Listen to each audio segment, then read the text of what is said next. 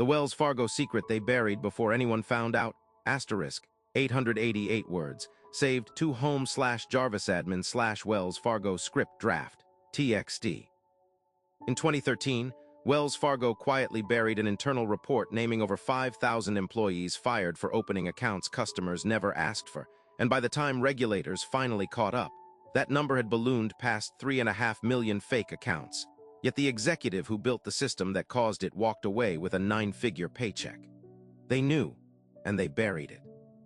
So why did it take 3 more years and thousands of ruined lives before the public ever heard the words fake accounts? Here's the part they really didn't want you to find. For most of a century, Wells Fargo sold itself as the trustworthy one, not flashy like the investment banks, not reckless like the ones that blew up in 2008. Wells Fargo was the stagecoach on the logo, steady, small town, dependable. Warren Buffett owned a huge stake in it and called it the best-run bank in America.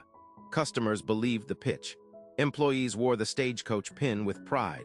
That reputation wasn't an accident.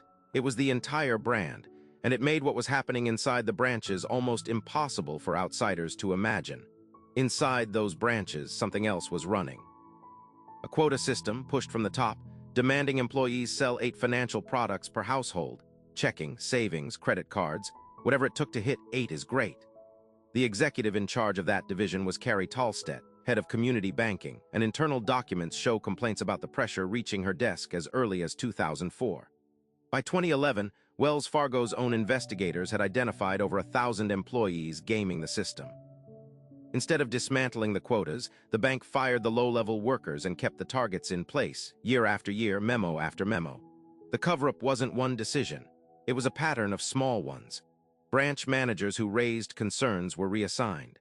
Employees who called the ethics hotline were fired within weeks, a pattern investigators later called retaliation. The Los Angeles Times published an exposé in 2013 detailing the fake accounts, and Wells Fargo's public response was denial. Isolated bad actors, nothing systemic. Behind closed doors, the firings continued quietly, over 5,000 of them by 2016, while the quota system that caused it all stayed fully intact, still pushing the exact behavior the company claimed it didn't tolerate. But that's not even the part they really didn't want out. When regulators finally forced Wells Fargo to admit the scale in September 2016, the number was 2 million fake accounts, bad enough for a $185 million fine. Then journalists and forensic auditors kept digging. The real total, once fully counted, passed 3.5 million unauthorized accounts and credit cards, some opened using real customers' identities without their knowledge, damaging credit scores of people who'd done nothing wrong. Homeowners got hit with unauthorized fees. Some had cars repossessed after Wells Fargo charged them for auto insurance they never requested, on policies for vehicles they already insured elsewhere. That detail alone triggered a separate scandal in 2017. The human cost wasn't abstract. It was real families, real credit scores, real repossessions, stacked on top of a scheme sold internally as cross-selling success. And Carrie Tallstedt, the executive who ran the division for over a decade, retired in July 2016, 2 months before the scandal broke publicly, with an exit package worth roughly $125 million in stock and options. She left before the public ever learned her name. Here's the twist almost no one talks about. The board initially let her keep it. It took public outrage and a congressional hearing for Wells Fargo to claw back a portion of Tallstedt's compensation.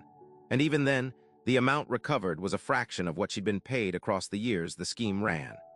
CEO John Stumpf resigned under pressure and forfeited some pay, but faced no criminal charges for years. In 2020, the Office of the Comptroller of the Currency finally fined Tallstedt personally and banned her from banking, 3 years after most Americans had stopped paying attention. No executive who oversaw the scheme spent a single day in prison. Not one. Meanwhile, over 5,000 employees making close to minimum wage, the people executing quotas set above their heads, not the people who wrote them, were the ones who lost their jobs and their references, blacklisted from an industry that never once asked why they were selling accounts nobody wanted, long before a single manager was held accountable. Remember that report from 2013? The one naming thousands of fired employees while the quota system stayed running. That's the buried decision this whole story turns on, the moment Wells Fargo chose to protect the machine instead of the people flagging it as broken. That choice is still, in a sense, unresolved. The quotas are gone now, at least officially. But the incentive structure that rewards executives for numbers going up, regardless of how those numbers get made, hasn't disappeared from banking. It just got quieter. So the real question isn't whether Wells Fargo got caught. It's how many other 8 is great programs are running quietly inside banks right now, dressed up in different language, waiting for their own Carrie Tallstedt to cash out and disappear before anyone outside the building ever notices.